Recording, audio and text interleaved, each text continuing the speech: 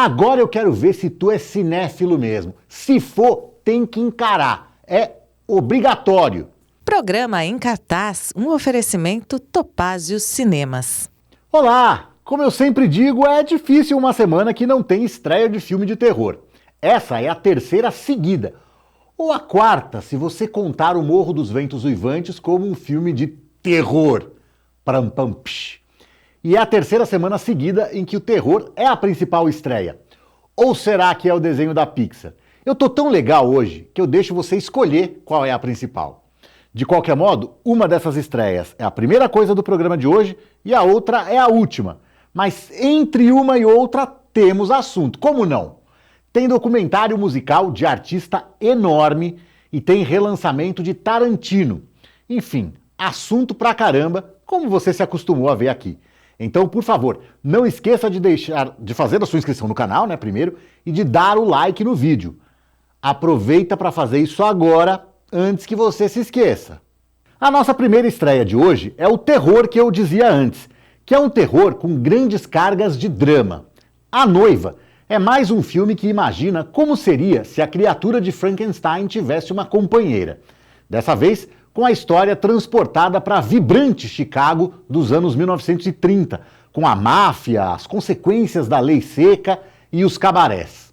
E olha o Frankenstein aí de novo, né? Aliás, muita gente, né, se refere à criatura como Frankenstein, né? Chamando a criatura de Frankenstein. Mas é sempre bom lembrar que esse é o nome do cientista, né? A criatura a criatura. É bem provável que você saiba também que ambos os personagens saíram da mente da escritora inglesa Mary Shelley. Também bastante conhecido é o contexto da criação da obra. Em 1816, então com apenas 18 anos, ela acompanhou o marido, o poeta e escritor Percy Shelley, para um verão na casa de um amigo do casal, mais um poeta e escritor muito renomado, o Lord Byron, em Genebra, na Suíça. Aquele foi um verão particularmente chuvoso, o que atrapalhou os planos da turma de aproveitar ao ar livre. E aí, uma certa noite, enquanto eles contavam histórias de fantasmas, o Lord Byron desafiou a todos para que criassem cada um uma história de fantasmas. A Mary ficou empacada na história dela, sem conseguir pensar em nada interessante, até que surgiu a ideia de um corpo trazido de volta à vida. Não era exatamente uma história de fantasmas, mas não importa. A literatura universal consagrou Frankenstein, ou o Prometeu moderno, como uma de suas maiores e mais famosas obras, e elevou o nome de Mary Shelley a um patamar tão alto, ou talvez até mais alto, do que o do Percy Shelley e o do Lord Byron, que eram, na época, muito mais badalados do que ela. Aliás, talvez até por isso, ela seja vítima de um machismo, de gente que duvida que ela tenha escrito a história sozinha, que na verdade foi o marido que escreveu, ou que pelo menos ele é o responsável pelas partes principais. Mas muitos estudos refutam totalmente essa hipótese. O que é comprovado é que ele contribuiu sim, mas muito menos do que se chegou a imaginar, e que essa contribuição dele não foi nada além do que qualquer editor de livros costuma fazer. A perseguição machista se dá muito também pela identificação de Mary Shelley como uma autora feminista. Não no sentido do que se entende hoje como feminismo, mas ainda assim preocupada com as questões do feminino. Há até quem atribua razões psicanalíticas para isso. A mãe da Mary morreu poucos dias depois do parto dela, em decorrência do parto, o que teria causado um sentimento de culpa da parte dela. E a mãe da Mary era uma advogada que lutava pelos direitos das mulheres.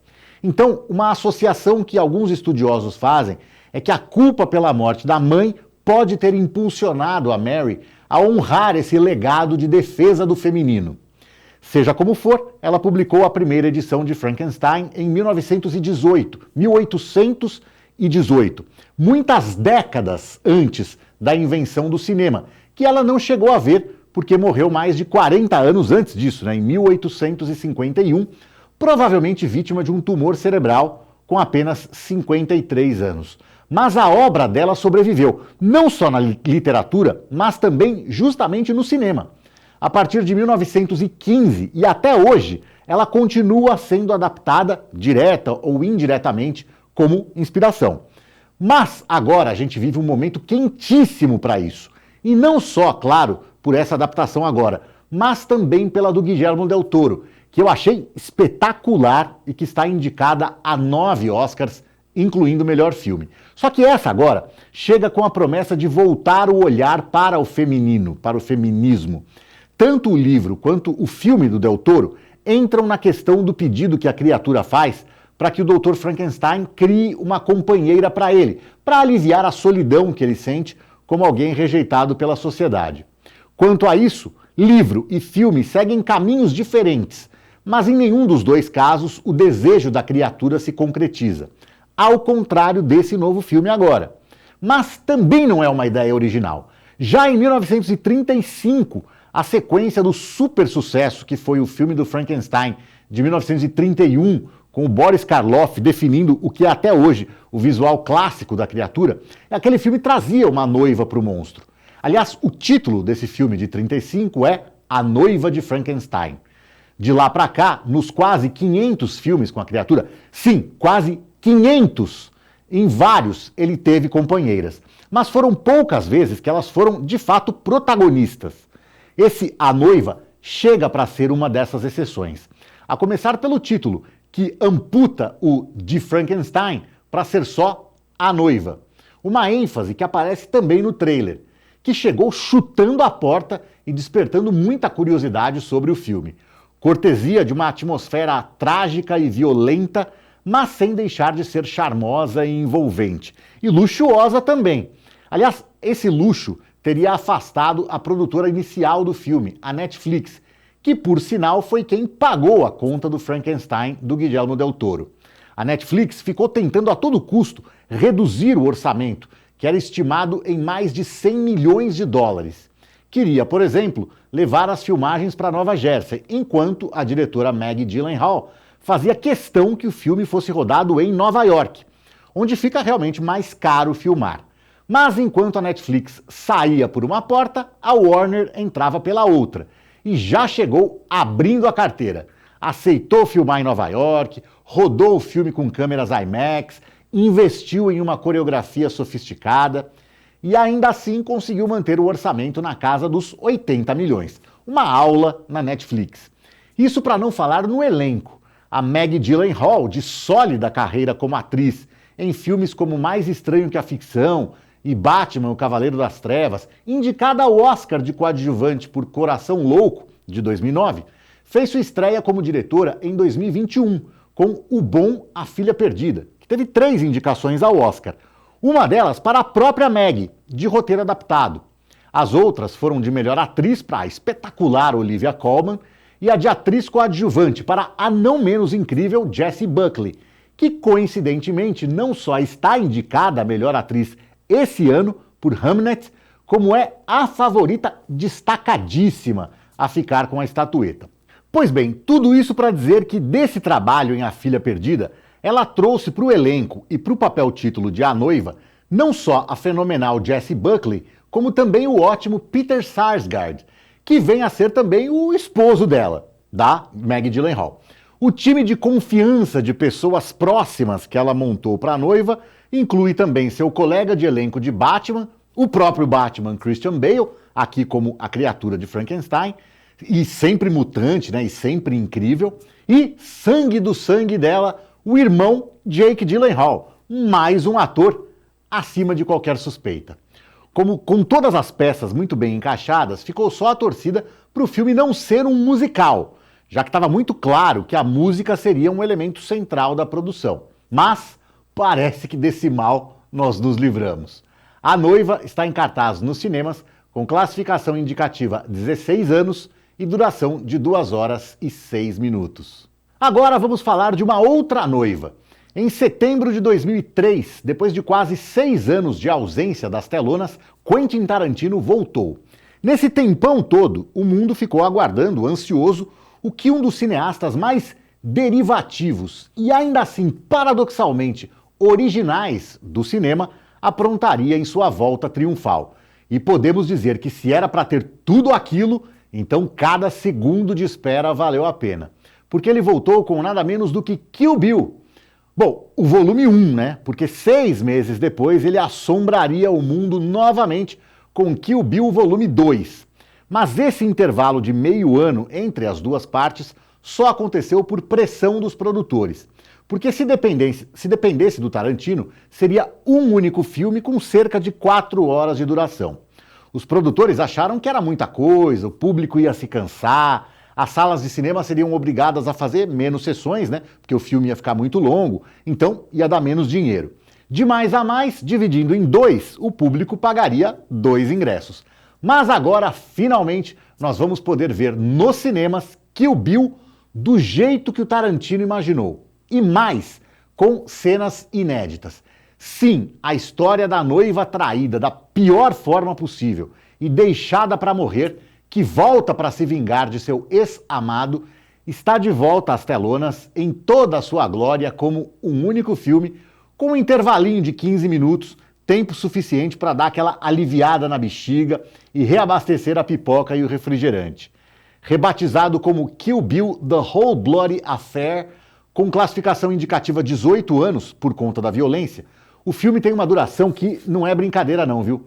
4 horas e 35 minutos. Agora eu quero ver se tu é cinéfilo mesmo. Se for, tem que encarar. É obrigatório. Eu falei da diferença de 6 anos, né, do Jack Brown pro primeiro Kill Bill, que era o máximo de tempo que o mundo tinha ficado sem um filme do Tarantino desde o lançamento do primeiro Cães de Aluguel, lá em 92.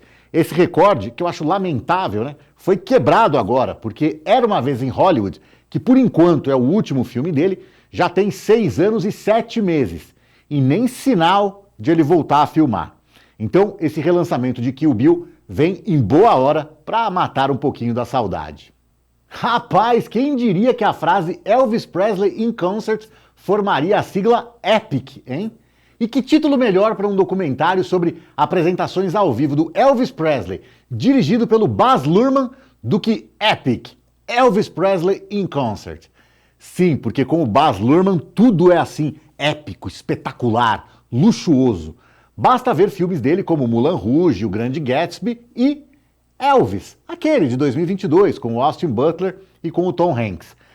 Pois foi reunindo material para aquele filme que ele acabou encontrando nos arquivos da Warner Bros. Várias imagens do Elvis nunca antes vistas, além de um depoimento em áudio em que ele fala sobre a própria vida.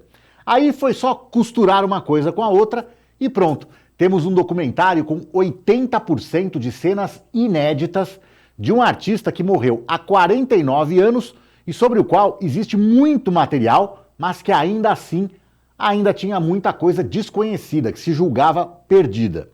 E a chance de ver tudo isso no cinema é um privilégio.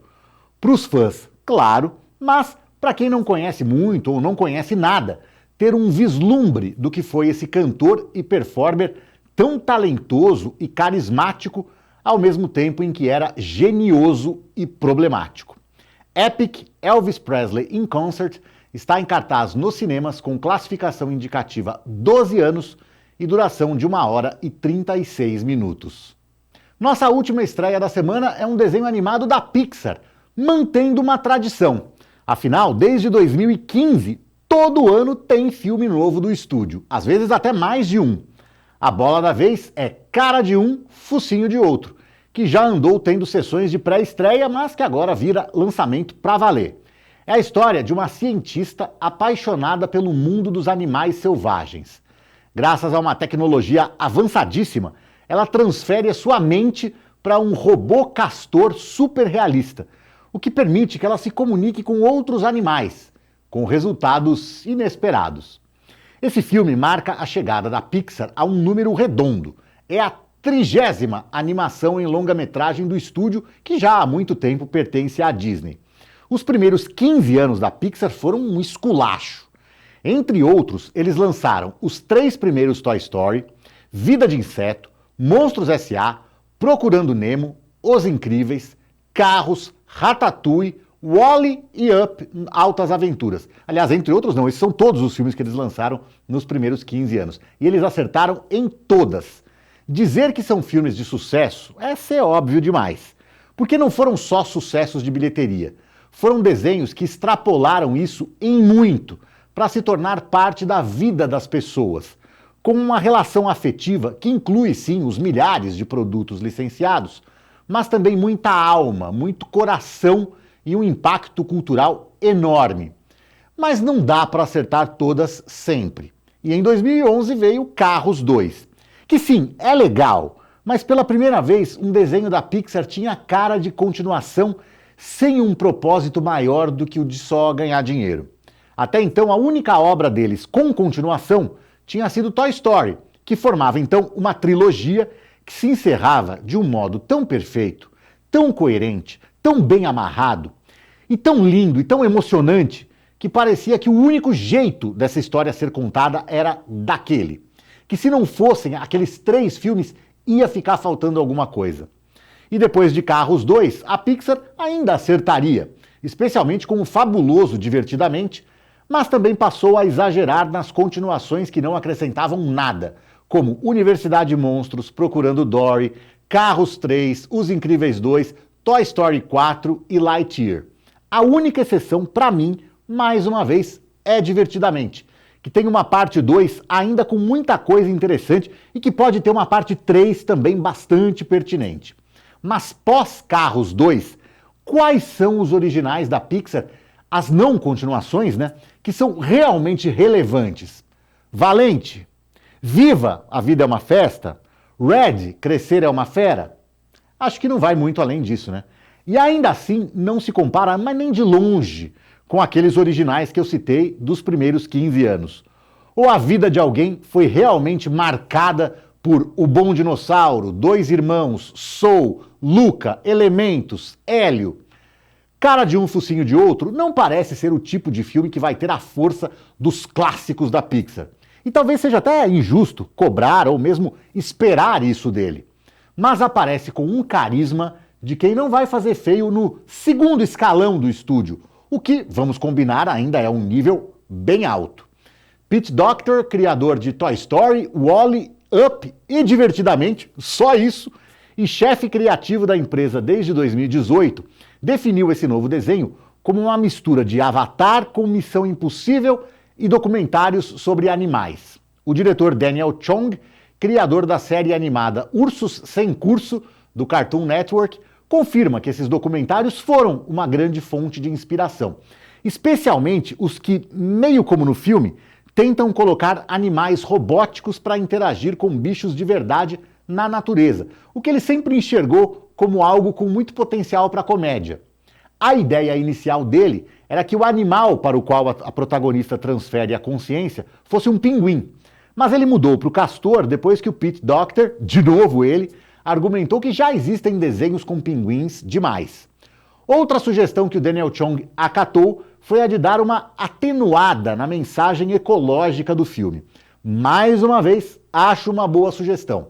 A proteção da natureza é um assunto importantíssimo, talvez o mais importante que exista, mas é um tema que deve ser levado para o cinema sempre com muito cuidado, com muita parcimônia. Por quê? Para passar do ponto não custa nada. E quando passa do ponto, fica chato.